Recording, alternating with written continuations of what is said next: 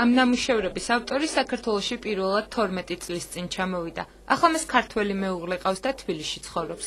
ჰანს ჰაინერ ბურის შემოქმედებაში საქართველო და ქართული ტრადიციები ერთ-ერთ მთავარ თემად იქცა.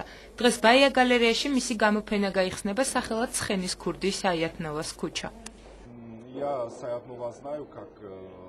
საიათნოვას ქუჩაზე ვცხოვრობდი. ძალიან დამაინტერესა ამ პატარა ქუჩის მცხოვრებლებმა. ფანტაზია ჩავრთე და წარმოვიდგინე როგორ იყო თბილისი. მე ამ თემას ცხენის ქურდობის ტრადიცია დაუკავშირე და საინტერესო ნარევი გამოვიდა. მეც ვყავს ცხენი კახეთში. 8 წლის წინ სულ მეშინოდა ჩემი ცხენი არ მოეპარათ. გერმანიიდან ჩამოსული და აქ მცხოვრები ადამიანისთვის ძალიან საინტერესოა ქართული ტრადიციები.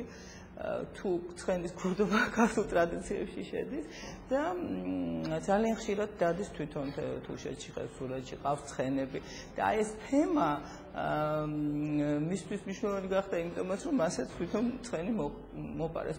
ციფრული კოლაჟები, სადაც თბილისის ვიწრო ქუჩებში თუში და ხევსური მეცხვარეები ცხენებით დასეირნობენ და ფერწერა, რომელიც ამერიკულ პოპ-არტსაც მოგაგონებთ. ამ თემაზე მუშაობა ჰანს ჰაინერ ბურმა 1 წლის წინ დაიწყო.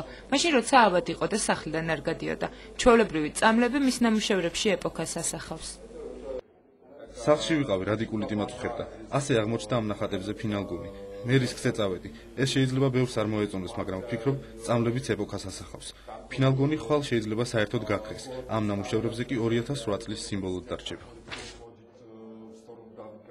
აქ არ არის მხოლოდ რაღაც ამ თემაზე ეს თემა პირდაპირ გადატანილი თქვა ფოტოებში იქნება თუ ნამუშევრებში, არამედ საინტერესოა იმ თვალსაზრისით, რომ ამ გამოფენაზე ჩანს მთელი მე-20 საუკუნის ხელოვნების ისტორიაც. უცხოელის თვალით დანახული საქართველო და მისი ეგზოტიკა, რომელიც მრავალგვარი თანამედროვე მხატვრული ხერხებითაა გადმოცემული.